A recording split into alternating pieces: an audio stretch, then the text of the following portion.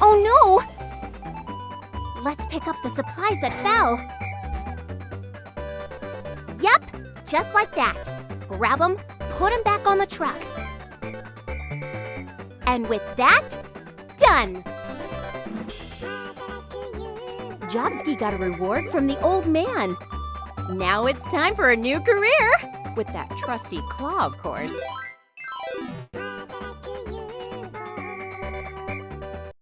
Hello everyone, it's the Axle Shifter here, and I am back with the next Forlorn Classics episode. It's been 2 weeks, I'm sorry about that, I've just been working on other types of videos. But yeah, this time, this is a Forlorn Classic that isn't very old per se. I mean, it's kind of the more recent ones out of all the other Forlorn Classics games I talk about, including the character types. You know, this game came out in like 2018, so this is a very old or a Forlorn Classic, or at least the least one so far. But this series is also talking about the underrated things, so I believe that this game is pretty underrated, and I believe that we should keep talking about it more. That's the whole point of this series, after all. So, without further ado, let's get started. Now, Part-Time UFO is a physics-based puzzle game developed by HAL Laboratory on Android and iOS, and was recently released on the Switch. Now, the game is about you controlling this little UFO alien thing, little machine, as you do your job of patrolling Earth, and not just patrolling it, but doing tasks like picking up things with your claw and placing them on certain things, like helping this guy use his fish to, put it on the boat, as you can help him do that, and do it other things like creating buildings, making ingredients, stacking animals and other foods and other different items like, you know, building structures and everything. And yeah, that's essentially is the game. And you can also earn coins and currency if you pretty much do your job right. And there's also a time limit on the top right corner of the screen. So if you run out of time, it's basically level failure, unfortunately, of course. But if you do win, you do well. And once again, you do receive coins, which allows you to customize your little UFO into mostly pretty unique items, like this one right here in the footage I'm using right now, where, you know, he's essentially a fucking little part-time UFO. Yeah, sorry about that, but still. What I like about this game is that it's the graphic and the art style. I really like the pixely older game design part of the game, where it's old and new enough to the point where it can classify as a new game while also retaining the retro style of older games, which I do really like. I do like a balance of both old and new, when the old isn't too obnoxious, and also if the old is really just, you know, actually good, Also, this game actually has a little bit of lore about the UFO itself and a little bit of a story about it.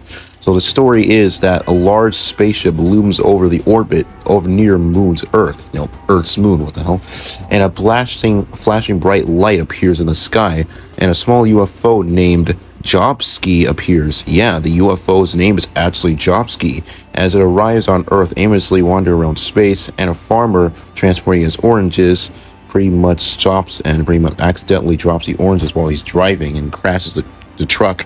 And that's where the game starts. That's where the first level entails. So yeah, I do really like the overall story of this game, as, you know, it's pretty simple. It's just some UFO named Jobski just trying to get some money, of course. I'm probably in the same scenario too. I'm recently at the age where, you know, you probably have to start getting a job after high school and everything. So I would say this game is kind of relatable on that sense. Now, as for the music of this game, it is really good. I'm talking about absolutely incredible. One of my favorite soundtracks out of any of the media outside of the character ones I talked about in Forlorn Classics. It is truly something spectacular. Most of it ranges from fairly simple but still pretty good to absolute bangers, so I highly recommend you check the soundtrack out on YouTube and search the playlists from it. So yeah, it's really good. Please watch the music. And now it's time I talk about my favorite part about this game. Not the normal base game itself that I already talked about. It's the other game mode. It's called Treasure Island. It's an adventure-style game mode where Jobski can explore a large spiraling underground area to search for secrets and earn a paycheck at the reaching end.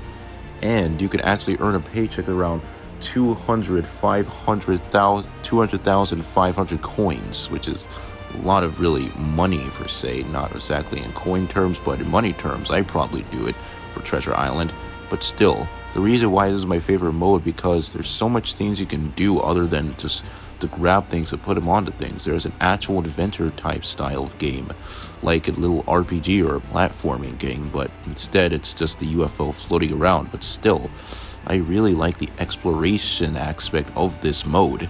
And if you never played it yet, if you play Part-Time UFO, if you're a first timer, I highly recommend you check it out because it is really awesome. I really love it. But now it's time I go for some downsides of this game.